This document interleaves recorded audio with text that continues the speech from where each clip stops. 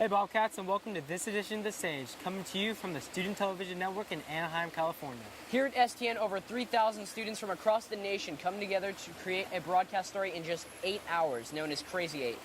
Today, we're going to look at how the unions of Disneyland protect the rights of Disney employees. We'll find out what certain members of the Anaheim population think social justice is.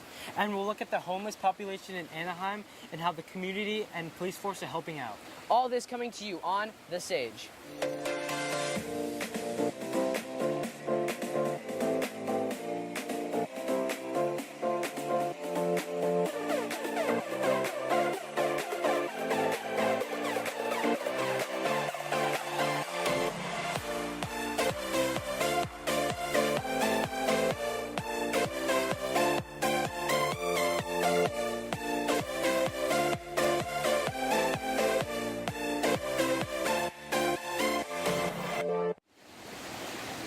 Disneyland has always been a very popular tourist attraction for Anaheim. Memories of happiness and joy come out of guests of all ages. But what many don't think about is that there is a different side to the Disney parks, their employees, and their rights. Christopher Duarte is the president and CEO of Workers United Local 50. He gave an inside look at how Disney has changed over the years and how it is attempting to ensure fair rights for its workers, all while abiding by their legal contract.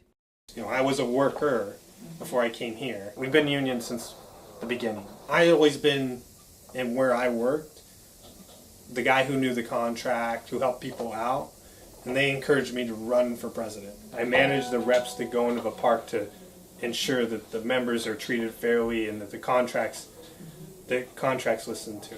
Disneyland workers get paid better. When the company tries to discipline them, it's fair. Benefits are better because of the union. With workers being treated worse and worse, the guests are becoming more frustrated. With unhappy workers comes unhappy guests, although this is the happiest place on the earth.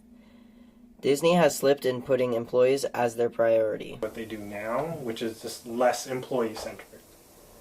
So Disney's been up and down, and there's still great things about working for Disney. But it's just the culture is starting to shift. Disney was always about its employees first, then its guests, right? And then profits would fall. Disney sort of changed that to where their focus is the guest and the employee next. So it changes the culture of people who work there. Durante believes in his employees and is always by their side. Durante has worked for Disney for 13 years. This has been Tim Baxter, reporting from STN. Thanks, Tim. Social justice can be a very vague topic. Thankfully, we have Troy and Mikey to give us insight on what people believe this to be. I'm Troy Howerton, reporting for The Sage, and I went around the Anaheim community to interview people on what their views are on social justice. As a whole, we should be equal and justified and taken care of. Is it provided to all people? Absolutely not. I think that there are a lot of examples of people being treated unfairly. You look at the Black Lives Matter movement. You look at any sort of oppressed race, right? I'm a member of the LGBT community, and that community has been oppressed for years. It's not really getting the attention it used to get. But you look at transgender people, you look at any sort of population that's a minority. Yeah, they're not getting the fair.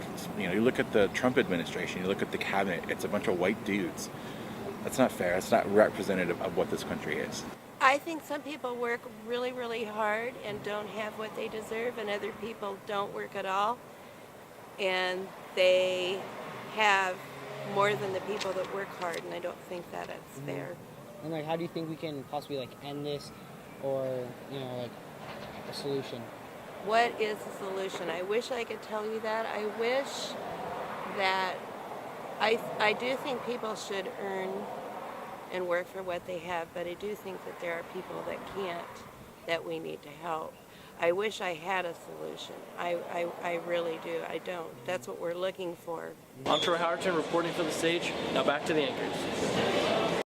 Thanks, guys. Homelessness is a problem that affects many areas in Southern California. The subject of poverty has become a rising problem for social justice in the past and present. Here's Madison Gerlitz and Brady Cassidy with Grandma's House of Hope. We're at the Santa Ana River Channel, under the 57th Bridge, where the largest population of homeless is in all of Orange County. Despite the staggering number of homeless in the area, the Anaheim community is providing support in a variety of ways. Oh, the community helps a lot. They bring down people, especially on the weekends. There's several groups of people that come down and bring food and stuff. Well, I think one thing that I think that would be good is if they put in showers, even campground showers or stuff, because that's hard. We're here at the administration office for Grandma's House of Hope. Here they provide 3 different types of aid for people who have suffered through abuse, homelessness, and human trafficking. This program provides the first steps for victims to get their lives back on track. Grandma's House of Hope has been a nonprofit for 10 years. This year we're celebrating our decade of hope. We're celebrating 2 million meals served to motel children and 2,000 women rescued through our housing program. So we're really excited about that.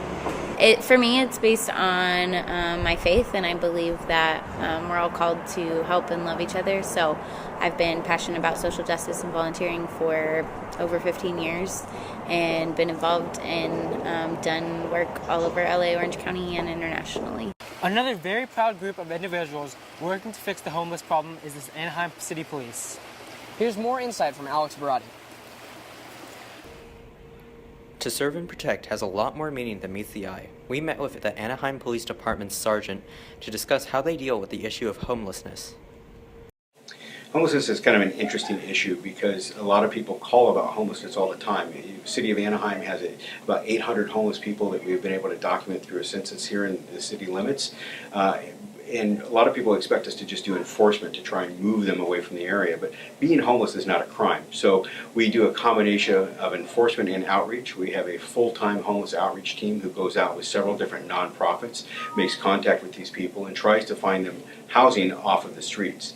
The unfortunate thing is that some of these people will not accept housing because they don't want to abide by the rules that come with it, such as not using drugs, not drinking, drinking alcohol, not having animals with them. So it's really a difficult position for us to try and tackle. It's hard to believe how complicated and how many factors go into a social justice issue. Reporting for Anaheim, I'm Alex Barati for The Sage.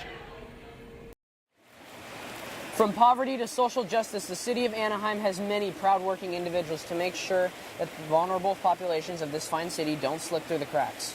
Reporting from the Student Television Network, I'm Bryant. And I'm Noah Secades. I'm Bryant.